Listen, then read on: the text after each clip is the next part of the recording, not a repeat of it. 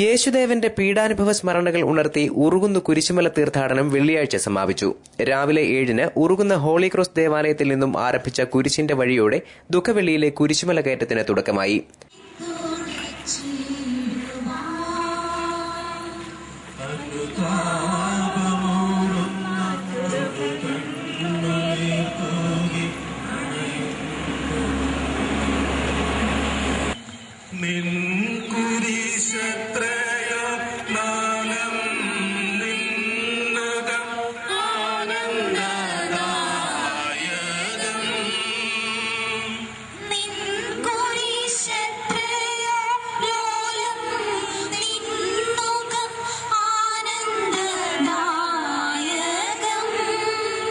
ഉറുകുന്ന് കവല വഴി ഒറ്റക്കൽ railway station റോഡിലൂടെ മരക്കുരിശും പേറി ഭക്തജനം കുരിശുമല കയറി.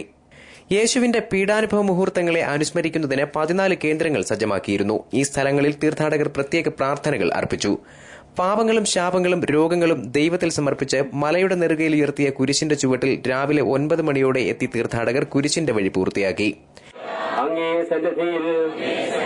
അഭയം തേടുന്നു, കുരിശിൽ കിടന്ന് എനിക്ക് ദാഹിക്കുന്നുവെന്ന അങ്ങയുടെ തിരുക്കുമാരൻ അരുൾ ചെയ്തത് ഞങ്ങളെ ശക്തിപ്പെടുത്തുന്ന അങ്ങയുടെ ആത്മാവിനെ വർഷിക്കുവാനുള്ള ദാഹമായിരുന്നെന്ന് ഞങ്ങൾ അറിയുന്നു.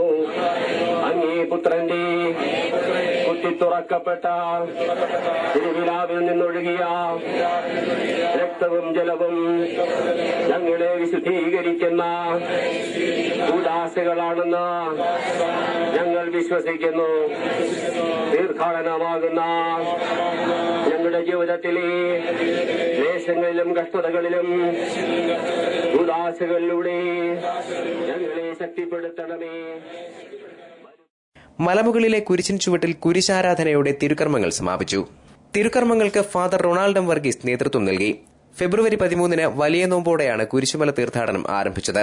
ഉറുകുന്ന കുരിശിന്റെ ദേവാലയത്തെയും കുരിശുമലയെയും ദണ്ഡവിമോചന കേന്ദ്രമായി പുനലൂർ ബിഷപ്പ് ഡോക്ടർ സെൽവിസ്റ്റർ പൊന്നുമുത്തൻ പ്രഖ്യാപിച്ചിരുന്നു.